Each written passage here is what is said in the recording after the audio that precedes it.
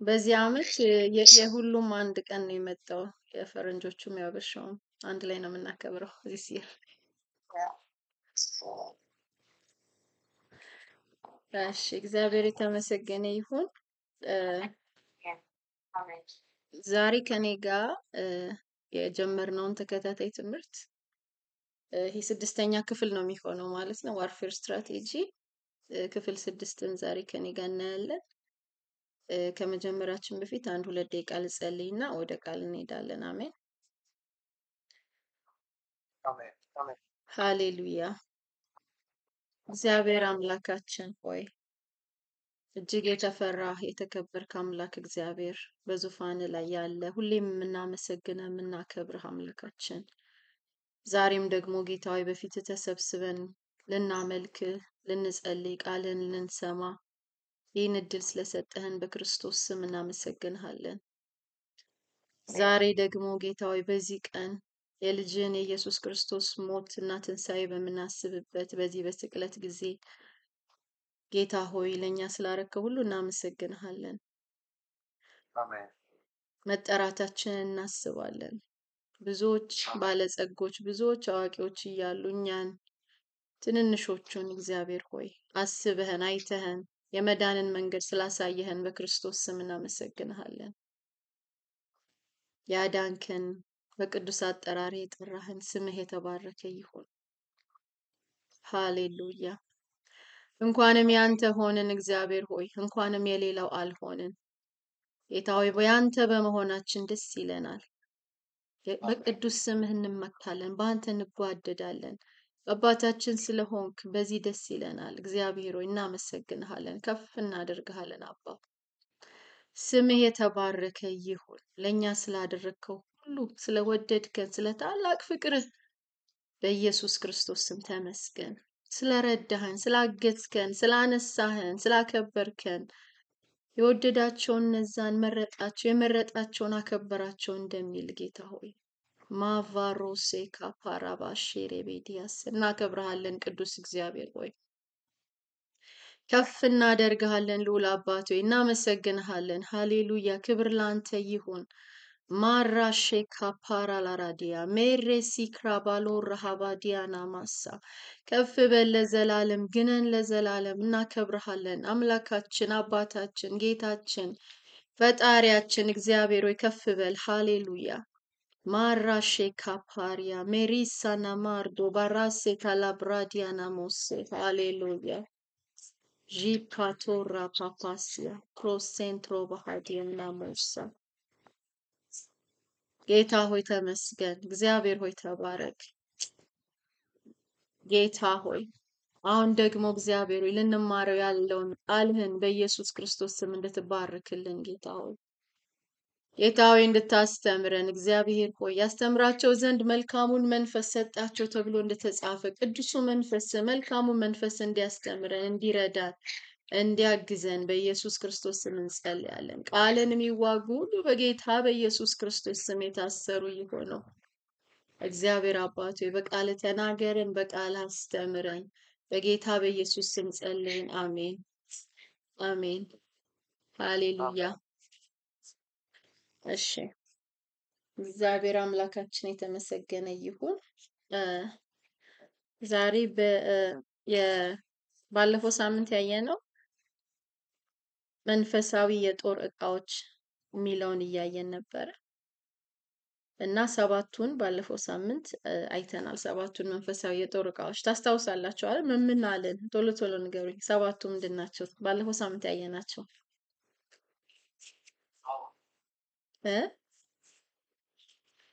ምን አለ ኤፌሶን 6 ላይ ነበር አንደኛው የጦር ዕቃ ምንድነው አለን እውነት አይደል ከኔ ጋር ናቸው ሁለተኛው ምንድነው አለን ጽድቅ አይደል ሶስተኛው ሁለተኛው የጽድቅ ጦር ወይም ደግሞ ጽድቅ አለ ኦኬ ሶስተኛው ምን አለን የሰላም ወንጌል አለን አራተኛው የእምነት ጋሻ ማንሳት አምስተኛው የመዳን ራስ ቁር ወይም ደግሞ the hope of salvation አልሽን ስድስተኛው ደግሞ የመንፈስ ሰይፍ የመንፈስ ሰይፍ ማለት የእግዚአብሔር ቃል አልሽን። አዎ። ሰባተኛው ደግሞ praying with the leading of the Holy Spirit። አዎ ከዛ ላይ ነው ያቆምነው። ሰባቱን አይተናል። አዎ ዛሬ የምናየው ደግሞ ስምንተኛው የኢየሱስ ክርስቶስ ስም የሚለው ነው። የኢየሱስ ስም የሚለው እናያለን። ኤፌሶን ምዕራፍ 1 ላይ ልሂድና ቁጥር 19 ላንብብ። ኤፌሶን 1:19 ክርስቶስን ከሙታን ሲያስነሳው ከአለቅነትና ከስልጣንም ከኃይልም ከጌትነትም ሁሉ በላይና በዚህ ዓለም ብቻ ሳይሆን ነገር ግን ሊመጣ ባለው ዓለም ደግሞ ከሚጠራው ስም ሁሉ በላይ በሰማያዊ ስፍራ በቀኙ ሲያስቀምጠው በክርስቶስ ባደረገው ሥራ የብርታቱ ጉልበት ይታያል። ሁሉንም ከእግሩ በታች አስገዛለት። ከሁሉ በላይም ራስ እንዲሆን ለቤተ ክርስቲያን ሰጠው። እርሷም አካሉና ሁሉም በሁሉ የሚሞላ የእርሱ ሙላቱ ናት ይላል። ለዚህ ክርስቶስን ከሙታን ሲያስነሳው ይላል። ክርስቶስ በትንሣኤ በተነሳ ጊዜ ምንድነው የሆነው? ከአለቅነት ይላል ከስልጣንም ከኃይልም ከጌትነትም ሁሉ በላይ ከነዚህ ሁሉ ነገሮች በላይ በዚህኛው ዓለም ማለት አሁን ባለው በፕሬዘንት ወርዱ ብቻ ሳይሆን ነገር ግን ደግሞ ሊመጣ ባለው ወደፊት ደግሞ በሚመጣው ዓለም ደግሞ ከሚጠራ ስም ሁሉ በላይ የሆነውን ስም ሰጠው ይላል። ስለዚህ የክርስቶስ ስም እንዴት የከበረና እንዴት የገነነ እንደሆነ ያሳየናል። ከማን በላይ ነው አለ የኢየሱስ ክርስቶስ ስም? ባለፈው ሳምንት ስንነጋገር ምን ብያቸዋለሁ? ውጊያችን ከስጋና ከደም ጋር አይደለም፣ ነገር ግን ከማን ጋር ነው አለ? ከአለቆች ጋር፣ ከስልጣናት ጋር፣ ከክፋት መንፈሳዊያን ሰራዊቶች ጋር፣ ከጨለማ ገዢዎች ጋር፣ ከነዚህ አራት ኢንቲቲዎች ጋር ነው ውጊያችን ብለናል ላስት ዊክ። አሁን ኤፌሶን ምን ይለናል? ኢየሱስ ክርስቶስ ግን በትንሣኤው ሲነሳ ያገኘው ስሙ የሱ ስም ይላል ከነዚህ ከአለቆች በላይ ነው፣ ከስልጣናቶች በላይ ነው፣ ከኃይላቶች በላይ ነው፣ ከጌትነት ሁሉ በላይ ነው። ከነዚህ ሁሉ በላይ ከፍ ያለ ስም ይዞ ነው የተነሳው። እንደዚሁም አለ በዚህ ዓለም አሁን ባለንበት በምንኖርበት ዓለም ብቻ ሳይሆን ወደፊት እንኳ በሚመጣው ዓለም ሊሰየም ከሚችለው ከማናቸውን ስም በላይ ከፍ ያለ ስም ነው የኢየሱስ ስም ይለናል። አሜን። ስለዚህ አንዱ የጦር ዕቃችን በዚህ በመንፈሳዊ ጦርነት ይሄ የኢየሱስ ክርስቶስ ስም ነው። ምክንያቱም ስሙ ከስሞች ሁሉ በላይ ነው። ከስልጣናት በላይ ነው፣ ከኃይላት በላይ ነው፣ ከጌትነት በላይ ነው። ከማንኛውም መጠሪያ ስም በላይ የሆነ ኃይል ያለው ነው። ስለዚህ የኢየሱስ ክርስቶስን ስም ስንጠራ በኢየሱስ ክርስቶስ ስም ስንጸልይ በዚህ ስልጣኑ ነው የምንጸልየው፣ ተረድተን በዚህ ኃይሉ ነው የምንጸልየው ማለት ነው። ስለዚህ እዛ ላይ ምን ከዛ ደግሞ በሰማያዊ ስፍራ በቀኙ ሲያስቀምጠው ይላል በክርስቶስ ባደረገው ሥራ የእግዚአብሔር የብርታቱ ጉልበት ይታያል። እግዚአብሔር የብርታቱን ጉልበት የማንነቱን ጉልበት አንድ የገለጠው ኢየሱስ ክርስቶስን ከሙታን ሲያስነሳው ነው። በትንሣኤው ኃይል የብርታቱ ጉልበት ይታያል። ሁሉን ምን አለ? እግሩ በታች አስገዛለት። ስለዚህ ሁሉ ነገር ከክርስቶስ እግር በታች ይገዛል። ሁሉ ነገር ከክርስቶስ ስም በታች ይገዛል። ከሁሉ በላይ ደግሞ ራስ እንዲሆን ለቤተ ክርስቲያን ሰጠው ይላል። እርሷም ደግሞ አካሉ ናት፣ ሁሉም በሁሉ የሚሞላ የእርሱ ሙላት ናት ይላል። ስለዚህ የኢየሱስ ክርስቶስ ስም ያለውን ኃይል ይገልጽልናል ማለት ነው። ፊልጵስዩስ ላይ እንሄድና ሌላ ጥቅስ እናንብብ። ፊልጵስዩስ ምዕራፍ 2 ከ9 እስከ 11 ይቅርታ ሚንኮሻኮሽ ሚውት ታደርጉልን፣ ድምጽ ባክግራውንድ የሚረብሻል አንዳንድ ሰዎች። ኦኬ ይቅርታ ሚውት አድርጉልን።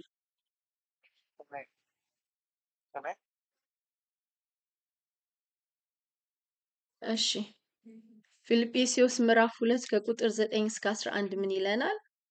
በዚህ ምክንያት ደግሞ እግዚአብሔር ያለ ልክ ከፍ ከፍ አደረገው፣ ከስምም ሁሉ በላይ ያለውን ስም ሰጠው።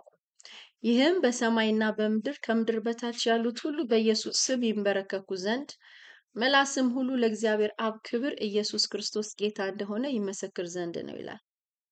ስለዚህ በዚህ ምክንያት ደግሞ እግዚአብሔር ያለ ልክ ከፍ ከፍ አደረገው። ከፍ ብላችሁ ስታነቡት እግዚአብሔርን በመታዘዙ እስከ መስቀል ሞት ድረስ የታዘዘ በመሆኑ የባሪያን መልክ ይዞ በመውረዱ በዚህ ምክንያት ይላል እግዚአብሔር ያለ ልክ ከፍ ከፍ አደረገው፣ ከስም ሁሉ በላይ ያለውን ስም ሰጠው። ይህም በሰማይና በምድር ከምድር በታች ያሉ ሁሉ በኢየሱስ ስም ይንበረከኩ ዘንድ ነው።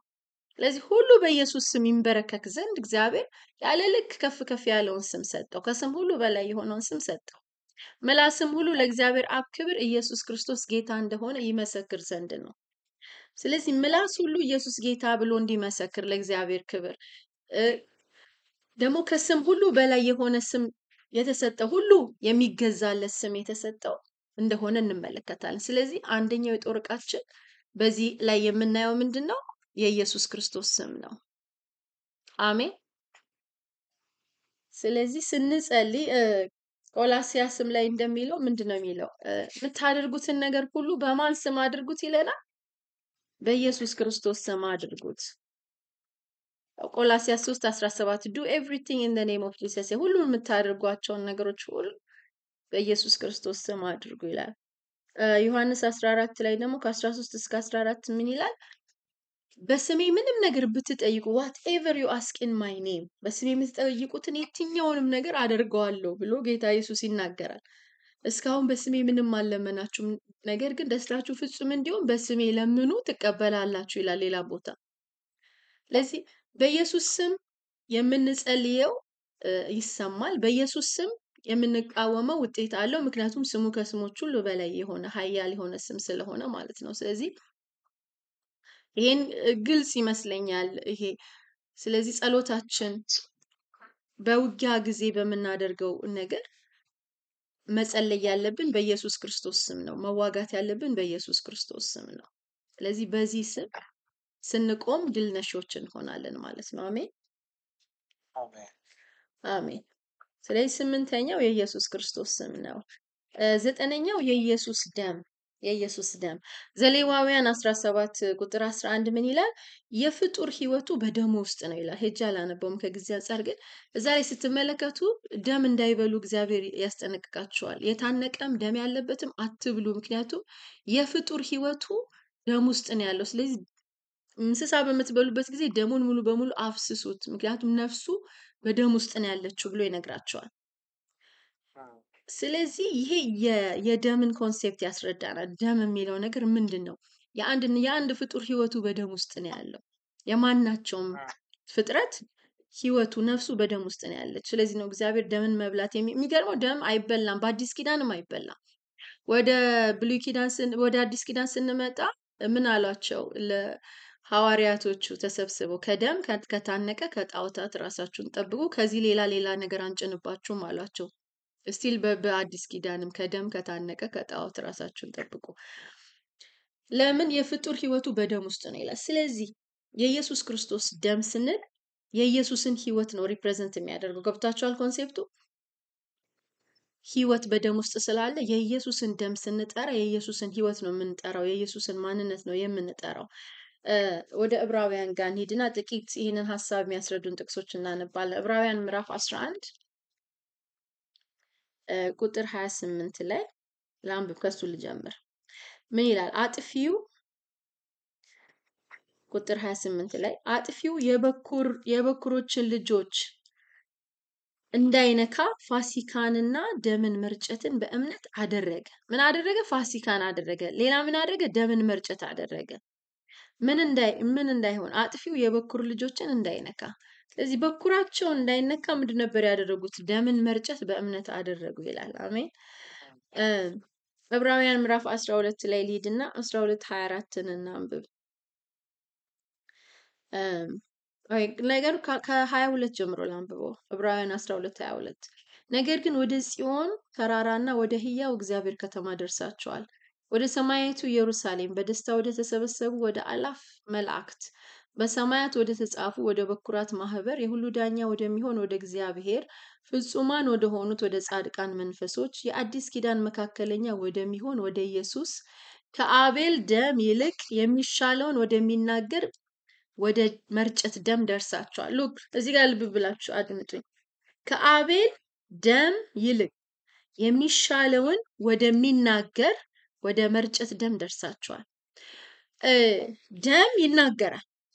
ደም እንደሚናገር ብዙ መጽሐፍ ቅዱስ ላይ ሐሳቦች አሉ። ለምሳሌ ቃየል በወንድሙ በአቤል ላይ ተነሳና አቤልን ገደለው ይላል። አቤልን ሲገለው እግዚአብሔር ቃየል ጋር ሲመጣ ምንድን ነው ያለው? የወንድምህ የአቤል ደም ወደ እኔ ምን ይላል? መልሱልኝ። ይጮሃል ይጮሃል። ስለዚህ ድምጽ አለው ማለት ነው። ምን እያለ ነበር የሚጮኸው? የአቤል ደም ፍርድ ይፈረድልኝ ተበድያለሁ እያለ ነበር የሚጮኸው። የደሙ ጩኸት ወደ እኔ ደርሷል። እንደዚሁ ዕብራውያን ላይ ዕብራውያን አልኩኝ መጨረሻ ላይ ጌታ ላይክ ሙታን በሚነሱበት ጊዜ የአንዳንድ ጻድቃኖች ነፍሳቸው ደማቸው እንደሚናገር ይናገራል አይደል? ራእይ እስከ መቼ ዝም ትላለህ አትፈርድም እያሉ ሲጠይቁት፣ ለዚህ ደም ይናገራል። የአቤል ደም ይናገር ነበር፣ ፍርድን ነበር የሚናገረው። ላይክ ይፈረድልኝ ተበድያለሁ፣ ጉዳት አለ፣ እንደዚህ ደርሷል እያለ ነበር የሚናገረው። የኢየሱስ ክርስቶስም ደም ይናገራል። መጽሐፍ ቅዱስ እዚህ ጋር እንደሚነግረን ከአቤል ደም ይልቅ የተሻለውን ነገር፣ ይሄኛው ደም ግን የሚሻል ነገር ይናገራል። የኢየሱስ ክርስቶስ ደም ምንድነው የሚናገረው? የኢየሱስ ክርስቶስ ደም ስለኛ ምህረትን ይናገራል። ኃጢአታችን ይቅር እንደተባለ፣ ኃጢአታችን በክርስቶስ ደም እንደተሰረየ ምህረት። ስለዚህ በዋርፌል ስትራቴጂ ውስጥ የኢየሱስን ደም ፕሊድ እያደረግን የኢየሱስን ደም እየረጨን እኛ ላይ፣ ቤተሰባችን ላይ፣ ህይወታችን ላይ፣ የኛ ነገር ላይ ደሙን እየረጨን በእምነት ደምን መርጨት ስናደርግ ደሙ ምን ብሎ ነው ስለኛ የሚናገርልን? ምህረት፣ ቸርነት፣ የእግዚአብሔርን በጎነት ይሄንን ይናገርልናል። ለምን? ከአቤል ደም ይልቅ የተሻለውን ወደሚናገር ወደ መርጨት ደም ደርሳችኋል ስለሚል ማለት ነው። ስለዚህ በዚህ በጦርነት አንዱ የጦር ዕቃችን የክርስቶስ ደም ነው።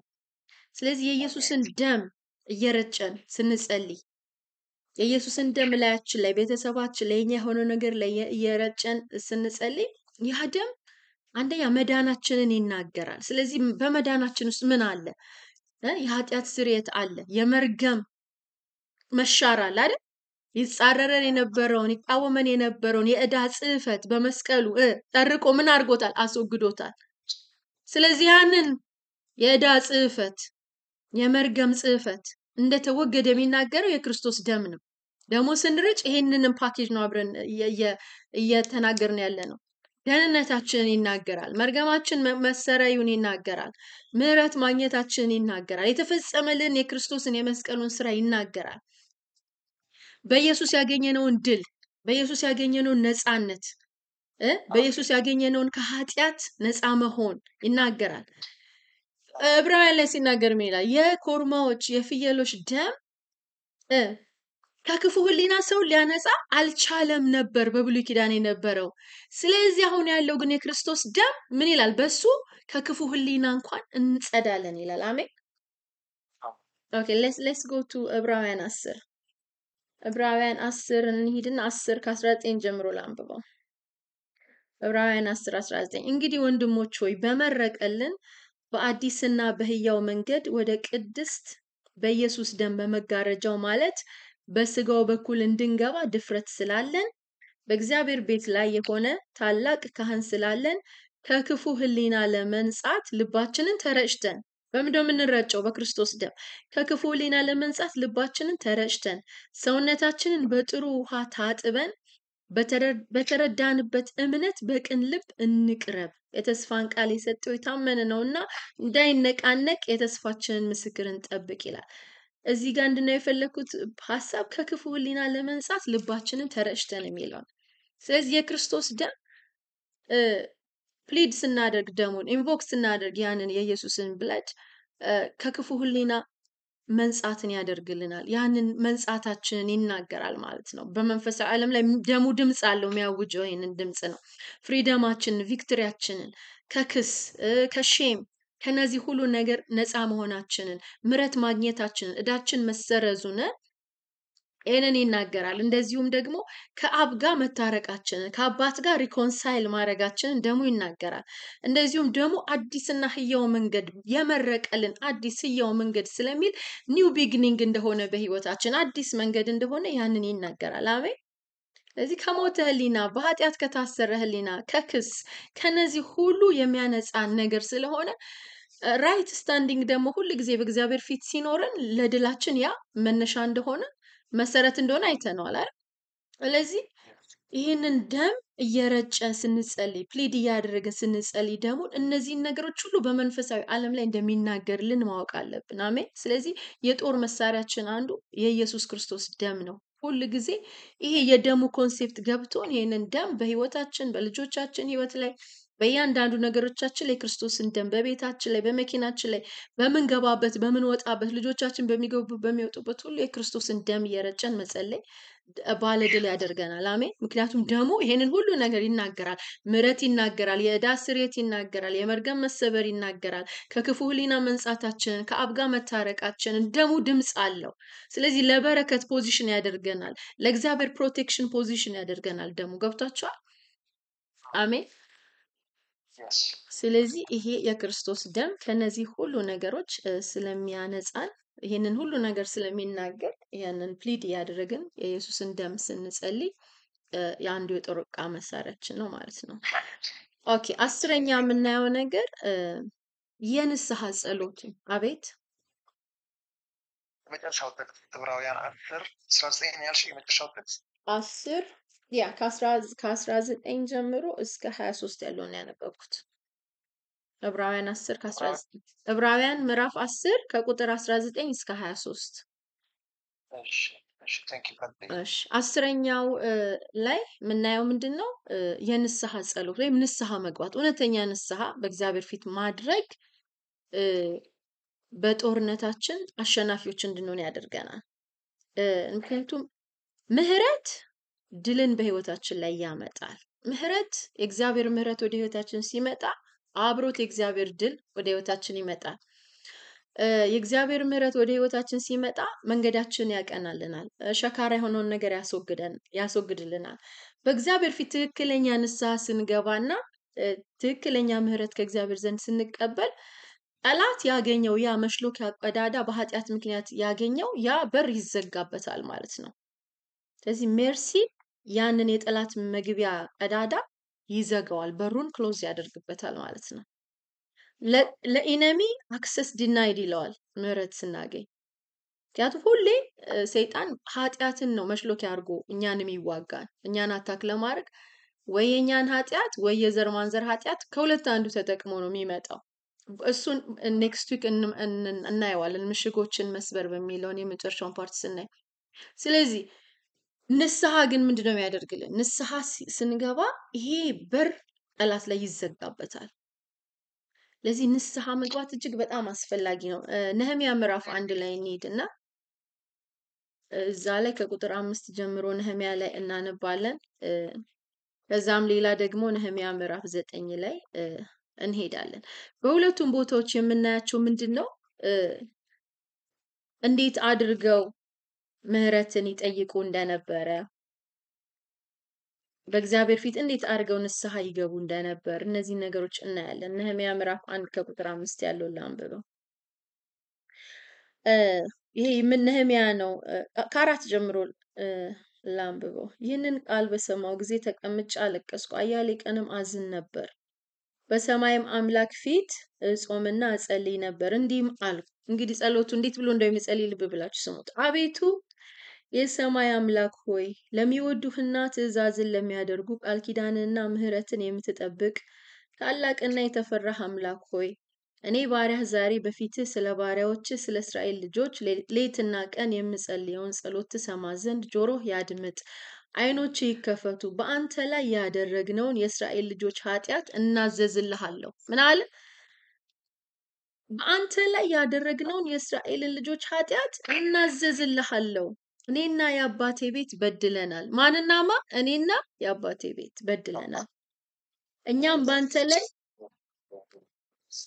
በአንተ ላይ እጅግ ክፉ ሰርተናል። ለባሪያህም ለሙሴ ያዘዝከውን ትእዛዝና ስርዓት ሕግም አልጠበቅንም።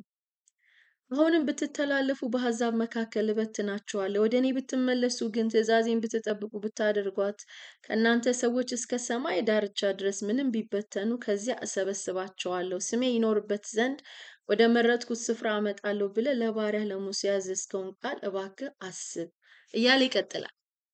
ግን የእግዚአብሔርን ምሕረት ሲጠይቅ እንመለከተዋለን። ነህምያ ምን እናዘዛለሁ? ስለ እኔ እና ስለ አባቶቼ ቤት ኃጢአት፣ ስለ እስራኤል ልጆች ኃጢአት በፊትህ እናዘዛለሁ።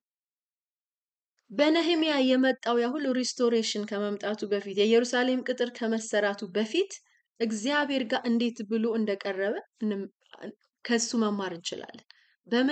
በምን አይነት መንገድ የቀረበው? ንስሐ በመግባት ስለራሱ ኃጢአት፣ ስለ አባቶቹ ኃጢአት፣ እንደዚሁም ስለ እስራኤል ልጆች ኃጢአት በሙሉ በእግዚአብሔር ፊት ንስሐ በመግባት ነው የቀረበው። አሜን።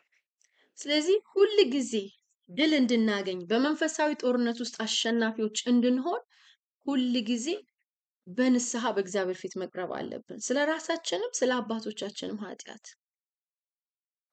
እንደ ኢትዮጵያውያን እንደ ኤርትራውያን ደግሞ ስለ ምድራችንም ኃጢአት፣ ከኛ በፊት የነበሩት ጀነሬሽኖች ስለሰሩትም ኃጢአት በእግዚአብሔር ፊት ንስሐ መግባት አለብን። እውነት ነው።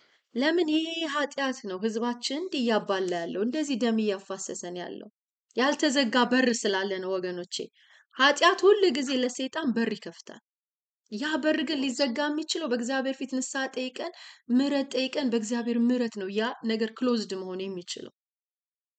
አሜን። ስለዚህ ስለኛ ኃጢአት፣ ስለ አባቶቻችን ኃጢአት፣ ስለ ህዝባችን ኃጢአት በእግዚአብሔር ፊት ሁሌ ንስሐ ስንገባ ያ አንድ የጦር ዕቃ ነው፣ የንስሐ የጦር ዕቃ። ምሕረት በር ይዘጋበታል። አክሰስ ዲናይድ ይለዋል ሰይጣን። አሜን። እንደ ልቡ ጃምፕ አድርጎ እንዳይገባ ምን ይከለክለዋል? ምሕረት ይከለክለዋል። እግዚአብሔር ምሕረት። አሜን። ነህሚያ ምዕራፍ 9 እኔ ይሄንን ነገር ትምህርት ሳዘጋጅ ለራሴም በጣም ረጅም ንስሐ ነው የገባሁት። ቁጭ ብዬ በቃ ስለ ንስሐ እንዲያውም ከዚህ በፊት ከተረዳሁት የበለጠ እንድረዳን የሆንኩት እና ረጅም ሰዓት በእግዚአብሔር ፊት በቃ ብዙ ነገሮች ላይ ስለ ራሴም ስለ ዘር ማንዘሮቼም እየተናዘዝኩ ስጸልይ ነበር። እና የሚገርማችሁ ነገር በእውነት በእግዚአብሔር ፊት እውነት እናገራለሁ። ያንን የንስሐ ጸሎት ካደረኩኝ በኋላ የሆነ ሪሊዝ ተሰማኝ ውስጤ ማለት ነው። የሆነ ነገር ሲለቀቅ የሆነ ደስታ ውስጥ የፈጠረልኝ እና ሜቢ ያልተዘጉ በሮች እነዛ በሮች ይሆናሉ ህይወታችን ላይ ገብተው ችግር እየፈጠሩብን ያለው ሰይጣን እንዲገባ do not give the devil ምን ይላል a foothold አይደል? ለዲያብሎስ እድል ፈንታ አትስጡት ይላል አማርኛው። ግን እንግሊዝኛ ፉትሆልድ ማለት እግሩን የሚያስገባበት ቀዳዳ አትስጡት። እግሩ ከገባ ሁሉንም ቦዲውን አብሮ ነው የሚያስገባው። ስለዚህ ይሄንን ፉትሆልድ እንዳንሰጠው እንዳንሰጠው በንስሐ እነዛ ነገሮች መዘጋት አለባቸው። ነህሚያ ምዕራፍ 9 ላይ እንሂድና ላንብብላችሁ። 9 ከቁጥር 1 ጀምሬ እያለፍኩ አነባለሁ። ረጅም ስለሆነ ምዕራፉ የተወሰነውን አነባለሁ። ነህሚያ ምዕራፍ 9 በዚያም ወር በ24ኛው ቀን የእስራኤል ልጆች ጾመው ማቅ ለብሰው በላያቸው ትቢያ ነስንሰው ተከማቹ። የእስራኤል ዘር ከእንግዶች ሁሉ ራሳቸው ለዩ። እውነተኛ ንስሐ የተግባርም ለውጥ ነው። ይቅር በለኝ ብሎ መጸለይ ብቻ ሳይሆን ከክፉ ተግባራችን መመለስ ነው። ኃጢአት ከሆነ ነገር መመለስ ነው። ስለዚህ እዚህ ጋር እንደምናየው ከእንግዶች ጋር ተጋብተው ነበር። መጋባት ከሌለባቸው ዘሮች ጋር ተጋብተው ነበር። ምን አደረጉ? መጀመሪያ ከነዚህ ከእንግዶች ዘሮች ተለዩ። ከተለዩ በኋላ በእግዚአብሔር ፊት ይላል ጾመው ማቅ ለብሰው ትቢያ ነስንሰው በእግዚአብሔር ፊት ቆመውም ኃጢአታቸውን የአባቶቻቸውን ኃጢአት ተናዘዙ። እንግዲህ ዘ ሴም ቲንግ የእነሱን ኃጢአት የአባቶቻቸውንም ኃጢአት ተናዘዙ። በየስፍራውም ቆመው የአምላካቸውን የእግዚአብሔርን የሕግ መጽሐፍ የቀን ሩብ ያህል አነበቡ። 3 የቀን ሩብ ያህል ተናዘዙ፣ ለአምላካቸው ለእግዚአብሔር ሰገዱ እያለ ሌዋውያኑም ኢያሱ፣ ባኒ ስማቸውን እዚህ ይዘረዝራል። ወደ እግዚአብሔር በታላቅ ድምፅ ጮሁ እና ቁጥር 5 ላይ አለፍ ብዬ ላንብብ። ቆማችሁ ከዘላለም እስከ ዘላለም አምላካችን እግዚአብሔርን ባርኩ እንዲህ በሉ፣ በበረከትና በምስጋና ሁሉ ላይ ከፍ ከፍ ያለው ክቡር ስምህ ይባረክ። አንተ ብቻ እግዚአብሔር ነህ። ሰማዩንና የሰማያትን ሰማይ ሰራዊታቸውን ሁሉ፣ ምድሩን በእርሷ ያለውን ሁሉ፣ ባህሮቹን በእነሱ ውስጥ ያለውን ሁሉ ፈጥረሃል። ሁሉን ህያው አድርገሃል። የሰማዩን ሰራዊት ለአንተ ይሰግዳሉ። አንተ እግዚአብሔር አምላክ ነህ። አብርሃምን መረጥክ እያለ ይቀጥልና ታሪኩን የተናገሩ ይመጣሉ። ከአብርሃም ጋር የነበረውን ኪዳን ቁጥር 17 ላይ ሲሄዱ ምን ይላል?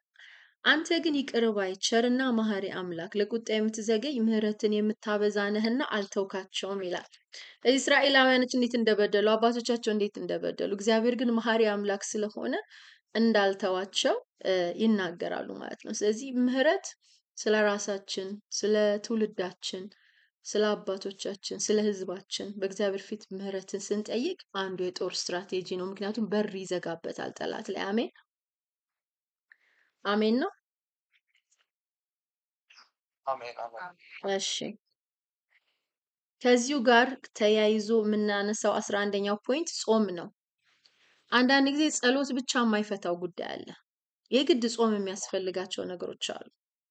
ማቴዎስ 17:21 ላይ አጋንንት ሊያወጡ ሞከሩና አልወጣ አላቸው። ከዛ ኢየሱስ መጥቶ አወጣውና ለምንድን ነው እኛ ልናወጣው ያልቻልነው ሲሉት ምን አለ? ይሄ ወገን ይሄ አይነት ከጾምና ከጸሎት በቀር አይወጣም አላቸው። ስለዚህ አንዳንድ ቻሌንጆች አሉ፣ አንዳንድ ነገሮች አሉ ጾም የግድ የሚያስፈልጋቸው፣ ጸሎት ብቻውን የማይፈታቸው። ስለዚህ ፋስቲንግ በመንፈሳዊ ዓለም በጣም ኃይለኛ ነገር ነው። የሚገርማችሁ ነገር ክርስቲያኖች ብቻ አይደለም የምንጾመው፣ በአጋንንት ዓለም ውስጥ ያሉ ይጾማሉ። ታውቃላችሁ፣ ፓወር ሲፈልጉ የሆነ የሰይጣን ኃይል የበለጠ ለማግኘት የበለጠ ኦቶሪቲ ለማግኘት ሲፈልጉ ይጾማሉ። ስለዚህ ጾም ስፒሪቹዋል ነው፣ መንፈሳዊ ነው። ስለዚህ አንዳንድ ሬዚስት የሚያደርጉ ቻሌንጆቻችን፣ አንዳንድ ሬዚስት የሚያደርጉ በጸሎት አልፈታ ያሉ ነገሮች በጾም ሆነን በእግዚአብሔር ፊት ስንቀርብ አንዱ ስትራቴጂ ነው። ምክንያቱም ጾም የግድ ጾም የሚያስፈልጋቸው፣ ጾም ደግሞ የሚሰብራቸው ነገሮች አሉ። ስለዚህ እነዚህን ነገሮች በጾም በእግዚአብሔር ፊት ማቅረብ ይኖርብናል። ስለዚህ ይሄን ስለምናውቀው ብዙ ዲቴል አላወራም፣ ግን ጾም በጣም ኢምፖርታንት ነገር ነው። ብዙ አሁን በአመት አንዴ ወይ በአመት ሁለቴ ነው የሚጾመው ቤተክርስቲያን ውስጥ። ያ ግን በጣም አናሳ ነው ኮምፔርቱ በጨለማው ዓለም ያሉት ሰዎች ከሚተጉት ትጋት አንጻር ቤተክርስቲያን በጣም በዚህ ኤሪያ ፈዛለች። ስለዚህ መጾማችንን መጨመር አለብን። ጾምን ጀስት ላይፍ ስታይላችን ማድረግ ይኖርብናል። ስለዚህ ጾም በጣም መንፈሳዊ ድል ይሰጠናል። እኔ በራሴ ህይወት ያየሁት ነገር በምጾምበት ወቅት ምንድነው ሲሆን በጣም ያየሁት እግዚአብሔርን የመስማት ነገሬ መንፈሳዊ ጆሮዬ በጣም ኢንቲዩን ይሆናል፣ ይከፈታል። ያየሁት ነገር ከጾምኩበት ቀንና ካልጾምኩበት ቀን፣ ጾም በምጾምበት ቀን መንፈሳዊ ጆሮዬ በጣም ነው የሚከፈተው ያየሁት። ሁለተኛ ጾም በሚጾምበት ጊዜ በህይወት የተለማመድኩት የቅዱሳን መላእክት አክቲቪቲ በዙሪያችሁ ይመጣል። እግዚአብሔር ባካፕ የሚያደርጉ የእሱን ሀሳብ እንድታስፈጽሙ የሚያደርግ መላእክቶችን፣ ቅዱሳን መላእክቶችን ይልክላቸዋል። ከአንዴም ሁለቴ ሶስቴ በህይወት ይሄን ኤክስፒሪየንስ አድርጌያለሁ። የመላእክት ፕሬዘንስ ይመጣል ቤታችሁ ወይም በምትጸልዩበት ቦታ። መቼ? ጾም ላይ ሲቆም እና ጾም የሚያስከፍተው የሆነ በጸሎት ብቻ የማታመጡት በጾም የሚመጣ ኃይል አለ። በጾም የሚመጣ መንፈሳዊ መረዳቶች አሉ። ኢንቲዩን ያደርገናል። ከእግዚአብሔር ጋር ያለንን ነገር እንዴት ነው ሻርፕ ያደርገዋል። እንዴት ነው እርሳስ ስትቀርጹ፣ አሁን ለምሳሌ አንድ እርሳስ ሲደለዶ በመቅረጫ እንቀርጸዋለን አይደል? ልክ እንደዛ ነው ጾም ማለት። በቃ በዛ ምሳሌ ወሰዱት። ጾም ማለት መንፈሳችሁን እንደዛ መቅረጫ ውስጥ አስገብታችሁ እንደ መቅረጽ ነው። የደሎደመው ነገራችሁን ያሽለዋል። መንፈሳዊ አይናችሁን፣ መንፈሳዊ ጆሮአችሁን ኢንቲዩን ያደርገዋል ወደ እግዚአብሔር ነገር። በዛ ላይ ደግሞ አልሰበር ያሉ ነገሮች በጾም ውስጥ ይሰበራሉ። አልሰበር ያሉ ቻሌንጆች፣ አልመለስ ያሉ የጸሎት ጥያቄዎች፣ አልሰበር ያሉ ውጊያዎች፣ ባትሎች በጾም ውስጥ ድል ይመጣል። እና ጾም አንዱ መንፈሳዊ የጦር እቃችን ነው ማለት ነው። በመጨረሻ የምናየው የምስጋና የጦር እቃ ነው። ሁለተኛ ዜና ምዕራፍ 20 ሁለተኛ ዜና ምዕራፍ 20 ላይ ስለነ ዮሳፍጥ ታሪክ ነው። በዛ ላይ እንዴት አድርገው በምስጋና ድል እንዳደረጉ እንመለከታለን። ሁለተኛ ዜና 20 ላይ ቢትና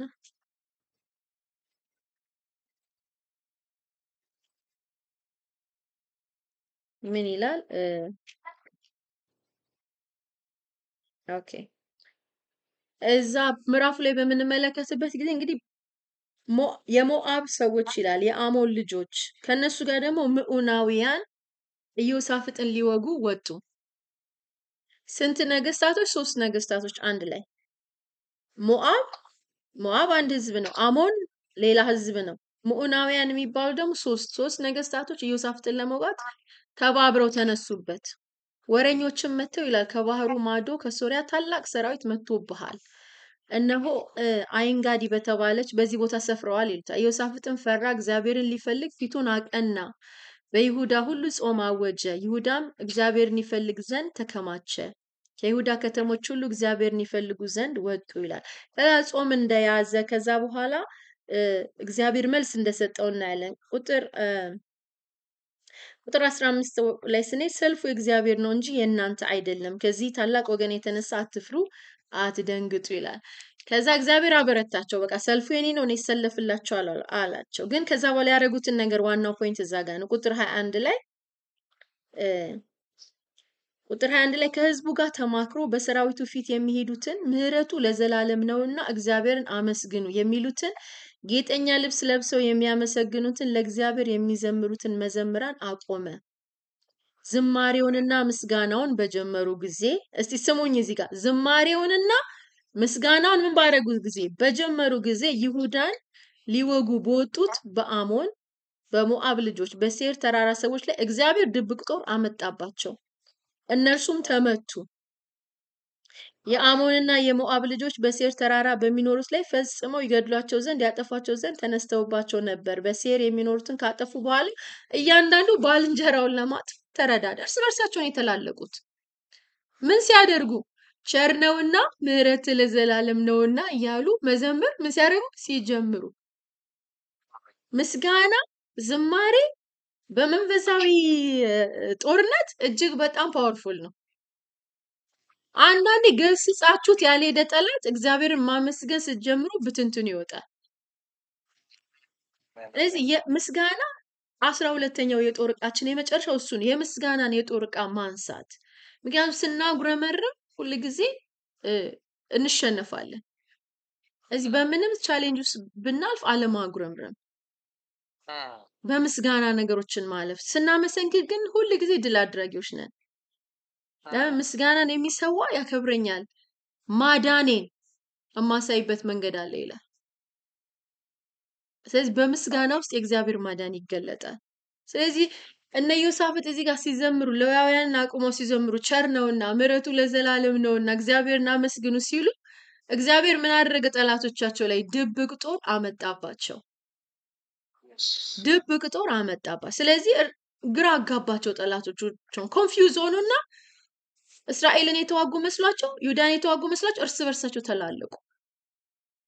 ኮንፊውዥን፣ በጠላት ካምፕ ኮንፊውዥን ይፈጠራል። እኛ ስናመሰግን ጠላቶቻችን እርስ በርሳቸው መተላለቅ ይጀምራሉ። እኛ በምስጋና በእግዚአብሔር ፊት ስንቆም አሜን። ስለዚህ ሁሉ ጊዜ ቸር ነውና ምሕረቱ ለዘላለም ነውና እግዚአብሔርን አመስግኑ እያለን ማመስገን አለብን። አሜን። ስለዚህ ዛሬ እነዚህ የጦር ዕቃዎች የቀሩን አየን። የኢየሱስ ስም፣ የኢየሱስ ደም፣ የንስሐ ጸሎት፣ ሌላ ምን አለ? ጾም፣ ምስጋና። አምስቱን ያየነው ዛሬ። ስለዚህ ጠቅላላ 12፣ ባለፈው ሳምንት 7 አየን፣ አሁን 5 12ቱን አየን። እነዚህ የጦር ዕቃዎቻችን ናቸው። የጦር ዕቃዎቻችን እና ማንሳት እነዚህን 12ቱን ነው። የሚቀጥለው ሳምንት የመጨረሻ ሳምንታችን ይሆናል። በዛ ላይ ኔክስት ዊክ የምናየው ምሽጎችን መስበር፣ ብሬኪንግ ዳውን ኦፍ ስትሮንግ ሆልድስ የሚለውን ነው የምናየው። የመጨረሻው እንዴት ስትሮንግ ሆልዶች ምንድን ናቸው፣ እንዴት ነው የምንሰብራቸው የሚለውን አይተን እንዘጋለን ማለት ነው። ስለዚህ 7 ሳምንት ሊሆን ነው ጠቅላላ። እግዚአብሔር ይመስገን። አጭር ጸሎት እናድርግና እጨርሳለሁ። አክቹአሊ ዛሬ ሰዓት ስላለኝ ጊዜ ወስደን መጸለይ እንችላለን። ለዚህ እንጸልይ። ሃሌሉያ ማራሃላ ባራሃባዲ